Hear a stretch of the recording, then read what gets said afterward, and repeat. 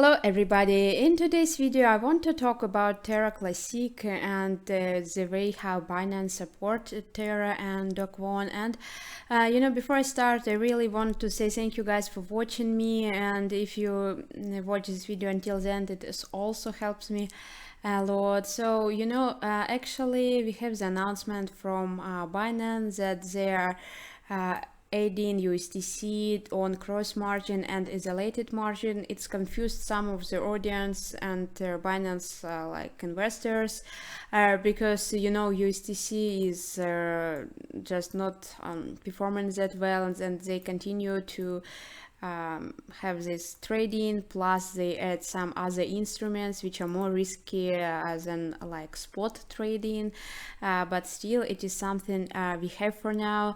They also talked about tax burn recently, and the way how they firstly introduced LUNC burn on Binance, the community was disappointed with the initial approach, and then they decided to begin burning all the trading fees collected on the LUNC BUSD and LUNC USDT sport plus margin trading pairs on Binance, which makes like a bit more sense with all those margin pairs.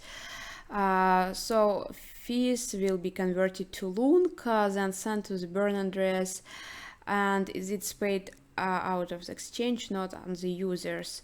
So, and in this case I think that all the users are going to be satisfied, and actually they did plenty of announcement on this. They included this burn mechanism on there, and actually why they support it, and it feels a bit like strange, because on one hand it is CZ who is I think loved on the audience and people trust him, and on the other side it is Kwon who is like not the best person, let's say, for this year, and people like tend to hate him for some reasons.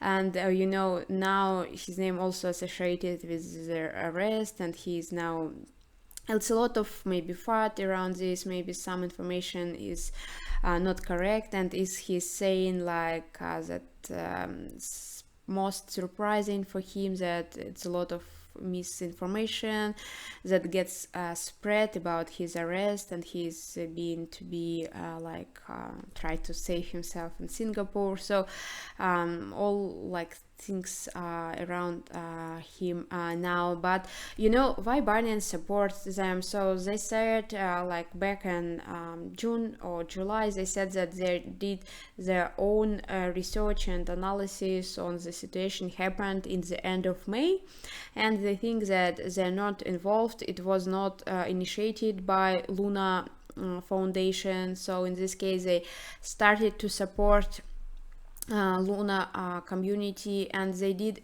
buy a lot of LUNC themselves. It was huge volume, and there was some proof that it was Binance who bought a lot of Luna during the summer, and specifically I think it was July, and now they have like some big volumes with LUNC, and all those announcements they make. So with burn, with implementation of burn mechanism on trading fees, plus on cross margin trading, so all gives a lot of volume for trading, a lot of money for them. Investors are still very interested in Terra. We have very big volume over there, even like a lot of people are living in the crypto space, but people still believe in Luna, especially like Terra Classic one, and yes, that's why they support it. Like the first reason, they did the research, they think that it's they trust Kwon and the foundation, plus there is the way how they can benefit and earn some more money, because one of the main sources for the exchange how they could make some revenue, it is those trading fees, and it is Terra is one of the most trending coins for all the periods, and even if you check like coin market caps or Binance pages with trading coins, probably most of the time you will see Terra Classic in there. And talking about the LUNC, it is a great Terrarity validator for Terra, and he's having this website with LUNC burner mechanism implemented. I mean, the representation of it, and the burn with stacks is actually, you could compare it with what we have that community sent to burn address and burned with stacks. It's quite a big amount for now, you know, compare what was done like during the summer by the community. So I think that it seems quite like good and fast with this burning. However, yes, with like the burning prediction, for example, they have this calculator. So if you put, for example, 1 year, and you could see how many Luna will be burned in this, so it's going to be 1.79% of the total supply in 1 year, with the same like 1.2 tax rate, which for some people could look not that efficient, not that fast as they want, but at least it is what we have. To make Luna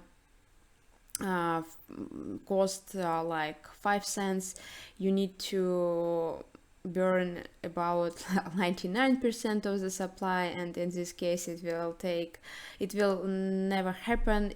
I mean, with all those data we have for now, because it's going to be like 80 years with the same requirements. But again, if bull market starts, it's going to be more audience that join the space and they know about the coin, and as new people come in, if the coin is trendy, if it's popular within the audience, like Shiba Inu, Dogecoin, people tend to buy those coins first, especially if they believe in their huge run of this coin. So I think Loon could be one of those coins in the next bull run. I do not personally invest more money in Luna or USTC. I have my new Luna airdrop, plus I have LUNC I bought pre-attacked and like during the crash, and I have quite a lot of USTC, and I don't know what I should hope for, but maybe it's going to be the airdrop for all the USDC community, or I don't see any sense selling it in those prices, and it will depend what will happen with Kwon in the next, like, I think 3-6 months, because for now it doesn't even seem that it is all good around his personality and him as a like human. So yeah, it is all I wanted to share with you guys today. Thanks a lot for watching. Have a good day. Bye bye.